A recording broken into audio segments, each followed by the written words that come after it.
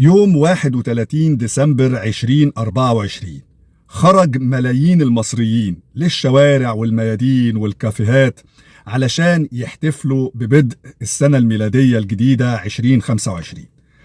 مظاهرة حب وفرحة في الشارع، شماريخ، ألعاب نارية، احتفالات جميلة جدا. كان المصريين بيحتفلوا وهم في قمة السعادة، ورغم دعوات التطرف والتشدد من أصحاب الفكر العنيف والقبيح، الفكر اللي ما بيعرفش حاجة اسمها إنسانية ولا رحمة، ويحرموا الاحتفال براس السنة ويقولوا ده حرام واللي بيعمل كده يبقى كافر إلى آخره. ولكن خرج المصريين يضربوا نموذج للتسامح والفرحة والإنسانية رغم دعوات قوى الشر والتطرف. وده يبين إن الدولة دي وشعبها معدنه جميل قوي، معدنه ما فيهوش قسوة ولا فيه غل ولا غلظة، إلا فئة قليلة ضالة ما عندهاش أي نوع من الفكر، اتحشى في دماغها سموم وتطرف وبغض.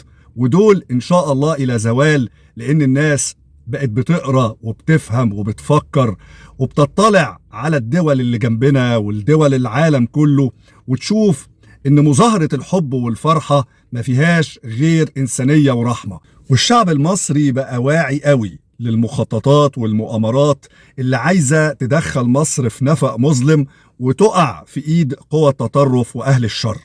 المصريين لازم يبقوا متفتحين جدا للقراءة وللتعلم وللبحث العلمي، وإنهم يشغلوا دماغهم علشان يقدروا يجابهوا ويقفوا ضد كل الناس اللي بتدعو إلى التطرف والتشدد. مصر دولة عظيمة عمرها يتعدى 7000 سنة، والمصريين القدماء من أول الناس اللي احتفلوا بقدوم السنة الجديدة. وكان المصريين القدماء بيقولوا لبعض كلمة وبت ريمبات نيفيرت، يعني سنة جديدة جميلة.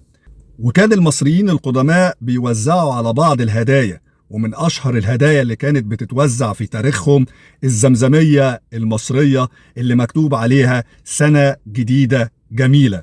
وبالمناسبة السنة الميلادية هي اختراع مصري بحت، اخترعها عالم الفلك المصري سوسيجينوس قبل ما يكون فيه دين أو ميلاد جديد لأي أحد، يعني سنة ميلادية مصرية خالصة. التاريخ موجود، تقدروا تبحثوا وتعرفوا عظمة البلد دي وعظمة المصريين القدماء. حضارة وتاريخ عظيم، مفيش أي داعي إن حد يشككك فيها ويقولك دي حضارة شرك وحضارة كفر، لأن اللي بيقولك كده غيران منك ومن تاريخك العظيم.